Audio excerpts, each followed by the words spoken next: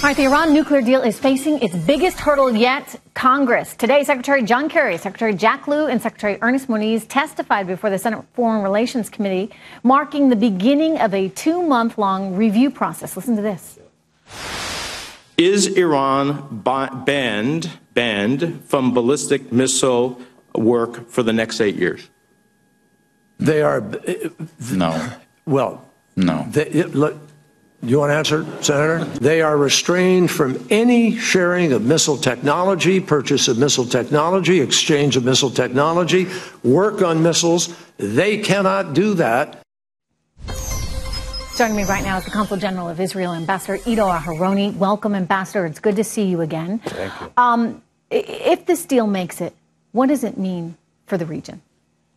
Very bad news. It means that you're unleashing a more robust, vigorous, rogue regime like Iran, the #1 producer of state-sponsored terrorism in the world, in a regime that is unstable to begin with. So you will be further increasing the instability of the region, contributing to the proliferation of nuclear weapons in the future, as well as conventional weapons. You know, I think what you're saying makes sense, because I would think every other country around Iran right now would be saying to themselves, I got to nuke up too, because if they've got it, Lord knows what they could do. It goes even beyond that. You know, in my 25 years in diplomacy, I learned one thing. The most brilliantly put together agreement could be a colossal failure of the ground if there's no goodwill, and vice versa. The most haphazardly put together agreement can be a major success if there is goodwill. And look what happened only 3 days after this deal was reached. Iran's leader is not only vowing to continue to see the United States as its enemy, but is legitimizing death to America and death to Israel chance as something that expresses the will of the people. And the fact that there is no linkage in the agreement between lifting the sanctions and Iran changing its ways, there is no attempt whatsoever to address the very nature of the regime, their motivation to acquire nuclear military capabilities in the future.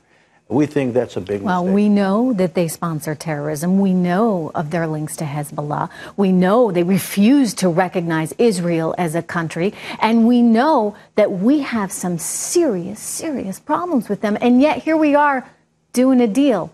What do you think it's going to mean, if it all goes through, for our relationship with Israel going forward?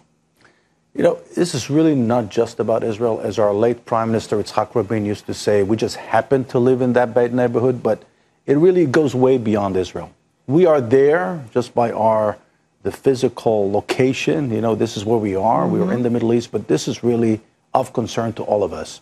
Look, the last push the Iranians made within the framework of the negotiations were for ICBM, the ballistic missiles.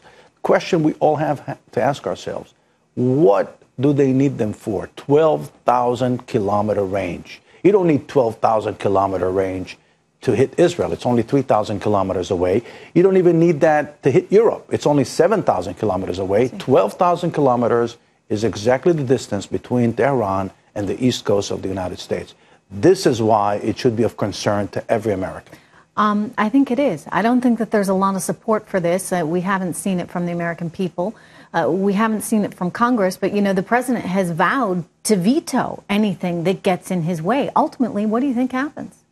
Well, it's difficult to anticipate. I can tell you that as an Israeli diplomat, I admire the political process of the American system as we witnessed it today. And I think we will see more debate in days to come, days and weeks to come. All we can do, as we've done, this is our historical obligation, is to express our opinion. And the fact that our relationship with the United States is so intimate, it makes it even more urgent for us to express our opinion, because that's what you do among friends and family. All right. Well, thank you for expressing your opinion right here on the Intelligence Report.